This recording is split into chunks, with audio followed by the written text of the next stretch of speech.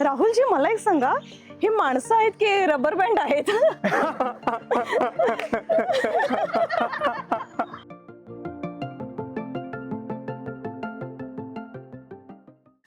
नमस्कार मंडळी, मी आहे प्राजक्ता आणि आपण पाहत आहात अमेझिया गप्पा टप्पा. आजचा दिवस खास आहे, 21 जून अर्थात आंतरराष्ट्रीय योग दिवस. आणि आज मी ज्या ठिकाणी आहे त्या ठिकाणी लोक सकाळी उठून स्वखुशीने कष्ट घेतात. गमतीचा भाग वेगळा, पण आता माझ्या बरोबर आहे राजगुरुनगर येथील अमृतवेलचे योग शिक्षक राहुल सांडभोर सर आणि योग शिक्षिका रोहिणी ताठे मॅडम. यांनी शेकडो नाही तर हजारो लोकांना योग शिकवला आहे. आजचा हा व्हिडिओ पाहून तुमच्यापैकी एकाने जरी मी योग करणार हा संकल्प केला तरी हा व्हिडिओ सार्थकी लागला असं म्हणायला हरकत नाही. रोहिणी ताई, 2014 मध्ये संयुक्त राष्ट्रांनी 21 जून हा आंतरराष्ट्रीय योग दिन म्हणून घोषित केला आणि पहिल्याच वर्षी 192 देशांनी त्याचा सहभाग घेतला.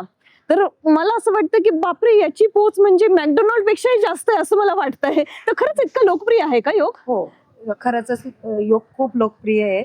योगमध्ये भरपूर आजारांवर प्राणायामन त्यांनी भरपूर आजार बरे होतात. ते लोकांना त्याची प्रचिती येत चालली, लवचिकता वाढत चालली आणि आत्ताच्या धकाधकी जीवनामध्ये स्ट्रेस लेवल हा फार वाढलाय. तर प्राणायाम त्याच्याने इतकं मन शांत मेडिटेशनने त्यांनी होतंय आणि भारतातच नव्हे तर भारताच्या बाहेरचे लोक सुद्धा योगाकडे वळायला लागले आणि भरपूर संख्येत सगळेजण मिळून योग हे करायला लागले. खऱ्या अर्थाने तो लोकप्रिय झालेला आहे. Yes. तर राहुलजी, योग म्हणजे काय नक्की? शरीर, मन, बुद्धी आणि आत्मा यांचं संतुलन म्हणजे योग आहे. आणि हे आपलं जे भारतीय योग शास्त्र आहे हे खूप पुरातन आहे. हे 5000 वर्ष जुनं शास्त्र आहे. अनेक ऋषी मुनींनी त्याच्यामध्ये साधना केली, अनेक त्याच्यामध्ये सूत्र सांगितलेली. तर महर्षी पतंजलींनी 195 सूत्रांमध्ये हे योगशास्त्र पूर्ण बसवलं आणि पूर्ण विश्वाला दिलं. आणि त्याच्यामध्ये त्यांनी अष्टांग योग सांगितलाय, म्हणजे प्रॅक्टिकली तुम्ही योग कसा करू शकता. आणि जे त्याचा शेवटचा उद्देश आहे समाधी, मुक्ती, आपण ज्याला म्हणतो मुक्ती समाधी, तर त्याच्यापर्यंत जाण्यासाठी त्यांनी अष्टांग योग सांगितले. अष्टांग योग म्हणजे त्यांनी यम, नियम, आसन, प्राणायाम, प्रत्याहार, धारणा, ध्यान, समाधी अशी 8 अंग सांगितली. तर ह्यातलं ते तिसरं अंग आहे, त्याचा आपण सध्या पूर्ण विश्वामध्ये आसनं केली जातात. तर त्याला आपण तिसरं अंग आहे ते पतंजलींनी सांगितले. आणि जेव्हा एखादा व्यक्ती साधक जेव्हा नियमित हे जे आसनांचा अभ्यास करतो, त्याच्यानंतर प्राणायाम ही पायरी येते, त्याचा अभ्यास करतो, असा जो तो निरंतर जर अभ्यास करत राहिला तर हळूहळू तो धारणा, ध्यान आणि मनाची जे एकाग्रता वाढवायची आणि समाधीच्या किंवा मुक्तीच्या त्या पायरीपर्यंत जायचंय, तर त्या पायरीपर्यंत जाऊ शकतो. अशा प्रकारचे त्यांनी अष्टांग योग ह्या पातंजली योग सूत्रामध्ये, आणि त्याला भारतामध्ये किंवा पूर्ण विश्व योग दर्शन म्हणून ओळखलं जातं, असं त्यांनी त्याच्यात तो प्रॅक्टिकली सांगितलेला आहे. तर राहुलजी, पहाटे 5ला उठून योगा करणं गरजेचं आहे का? का तुमच्यासारख्या योग्यांनी हे बनवलेलं एक टॉर्चर आहे? तसं नाहीये. योग हा पहाटेच केला पाहिजे असा काही नियम नाहीये. जर ज्या लोकांचं बिझी शेड्यूल असतं ते दुपारी किंवा संध्याकाळी पण योगाचा अभ्यास करू शकतात. बरं. फक्त याच्यासाठी एक नियम आहे की तुमचं पोट त्याच्या आधी 3 ते 3.5 तास रिकामं पाहिजे, म्हणजे काही खाल्लेलं नाही पाहिजे. हा एक नियम आहे. पण पहाटे उठण्याचा एक वेगळा बेनिफिट आहे, त्याचा एक वेगळा फायदा आहे की पहाटे जेव्हा आपण उठतो तेव्हा आपलं पोट नैसर्गिकरित्याच मोकळं असतं, एम्प्टी असतं आणि वातावरणामध्ये ऑक्सिजनचे प्रमाण मोठं असतं, ओझोनचं प्रमाण जास्त असतं. जेव्हा आपण आसनं करतो तेव्हा आपला श्वासोच्छ्वास थोडा वाढलेला असतो, तर तो ऑक्सिजन आपल्या बॉडीमध्ये कन्झ्युम केला जातो आणि प्रत्येक पेशीपर्यंत आणि मसल्सपर्यंत तो ऑक्सिजन पोहोचला जातो. जेव्हा योगामधली आपण प्राणायाम करतो, विविध कपालभाती नावाचा प्राणायाम, त्याच्यामध्ये पोटाची मोठ्याने अशी जोरजोरात हालचाल करावी लागते. तेव्हा पोट जर रिकामं नसेल तर ते थोडासा त्रासदायक होऊ शकतं. म्हणून योग पहाटे करणं तसा फायदेशीर आहे, पण जर तुमच्याकडे वेळ जसा असेल तसं तुम्ही दुपारी किंवा संध्याकाळी पण करू शकता. हा, म्हणजे माझ्यासारख्या आळशी लोकांनी दुपारी किंवा संध्याकाळी केला तरी चालू शकतो, पण योग केला पाहिजे हे माझं मत आहे.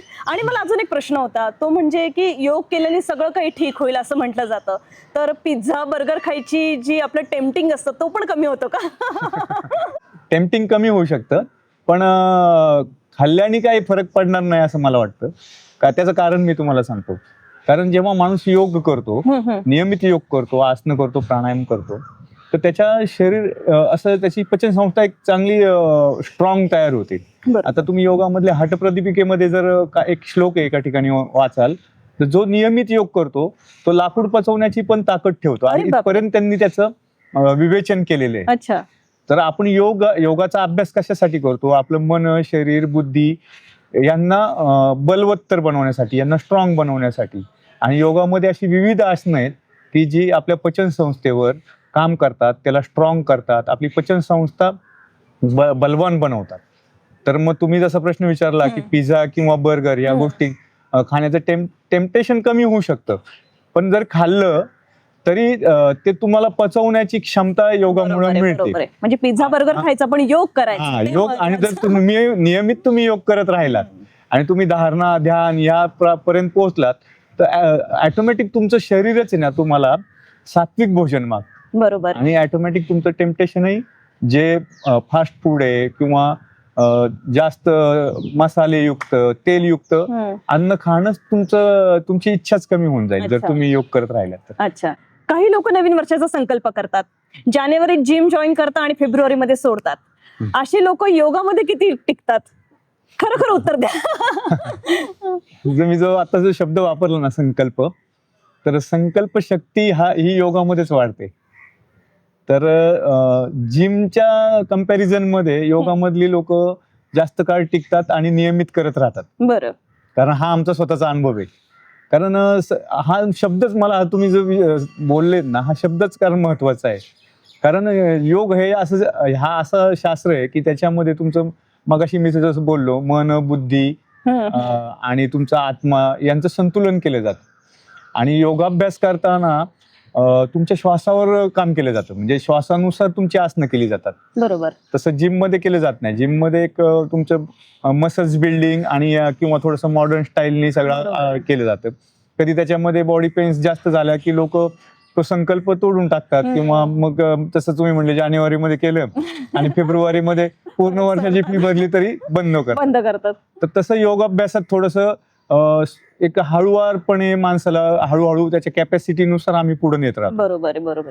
तर त्याची हळूहळू त्याच्या कॅपॅसिटीनुसार नेल्यामुळे त्याची संकल्प शक्ती वाढते की आपण हे करू शकतो. आणि योगामध्ये काय होतं, एक 8 दिवस जर केलं आणि मेजर कोणाला काही प्रॉब्लेम असतील तर त्याला हळूहळू लगेच रिझल्ट पण मिळायला लागतो. तर त्यामुळं जर जानेवारीमध्ये योगाभ्यास करायचं कोणी ठरवलं तर मी तुम्हाला सांगू शकतो की तो कमीत कमी 10 महिने तरी त्या वर्षात योग करू शकतो. क्या बात आहे. म्हणजे आणि पुढच्या वर्षी जिमच्या ऐवजी मी योगाचा योग संकल्प करेल. आणि तो जर त्यांनी 8-10 महिने योग केला ना, तो 1-2 महिने ड्रॉप जरी झाला तरी तो परत योगाकडेच वळणार. बरं. जिमला गेला ना तरी तो म्हणणार नाही योग योग चांगला. बरोबर. सोशल मीडिया तुम्ही पाहत असाल तर सोशल मीडियावरती योग म्हणजे परफेक्ट बॉडी आणि एकदम बीचवरचा फोटो. तर खरा योग आणि इंस्टाग्रामचा योग, सोशल मीडियाचा योग यात काय फरक आहे? जो खरा योग आहे ते गुरु शिष्याच्या परंपरेतून आलेला आहे. आणि सोशल मीडियावर दाखवतात आसनं, आपण पण बघतो, आपल्यालाही वाटतं ते आसन, पण ते पूर्णपणे करणं चुकीचं आहे. कारण की ते एखाद्या आसन करताना आपल्या शरीराला इजा पण होऊ शकते. जेव्हा तुम्ही गुरूंकडून एखादं ज्ञान घेता तर ते व्यवस्थित तुम्हाला त्या आसनापर्यंत पोहोचवतात. जसं तुम्ही पहिलीत असताना 10वीचा पेपर देऊ शकत नाही, तसंच योग साधण्याचं पण आहे. सोशल मीडियावर बघून योग आसनं होत नाही.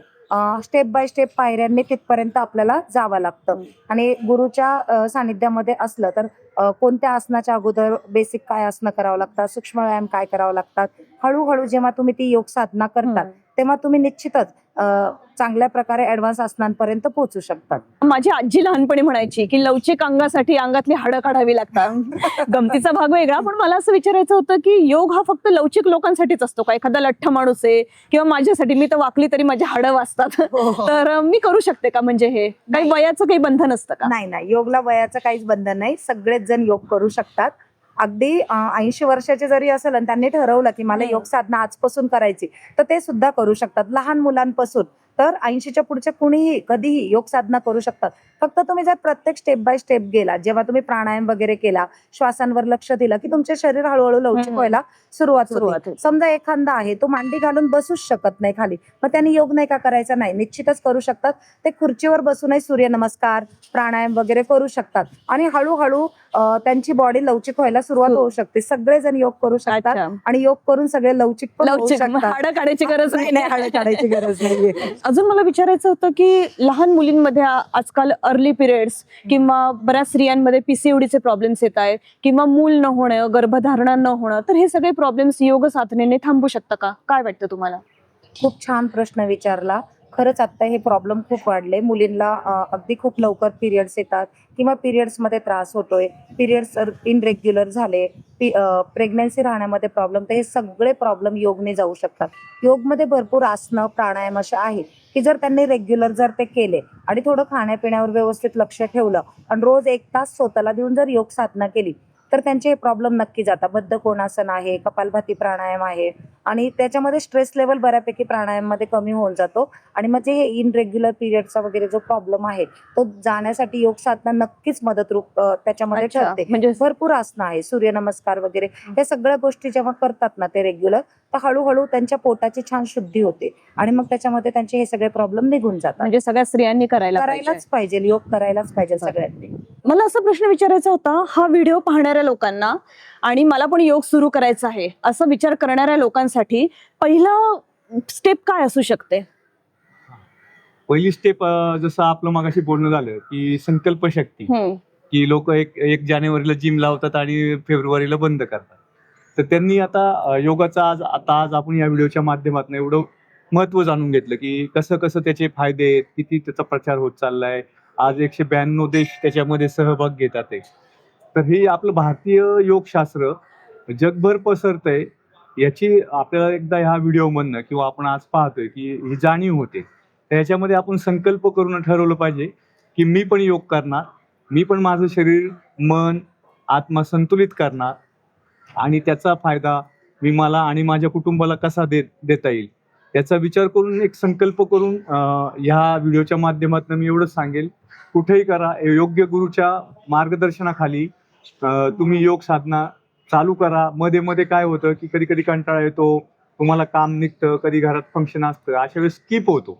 पण तो स्किप झाला म्हणून पूर्ण बंद न करता लगेच त्याच्या दुसऱ्या दिवशी वेळ मिळेल तेव्हा तुम्ही उठा, जागृत व्हा आणि परत योगाला सुरुवात करा. एकदा तुमच्या शरीराला एकदा वळण लागलं की तुम्ही योग तुम्हाला सोडणारच नाही. तर मंडळी, तुम्हाला आमचा व्हिडिओ आवडला असल्यास लाईक करा आणि तुमच्या मित्रांसोबत शेअर करा. आमच्या चॅनलला सबस्क्राईब करायला विसरू नका आणि हो, तुमच्या आवडीचं आसन कोणतं आम्हाला कमेंट बॉक्स मध्ये नक्की सांगा. थँक्यू.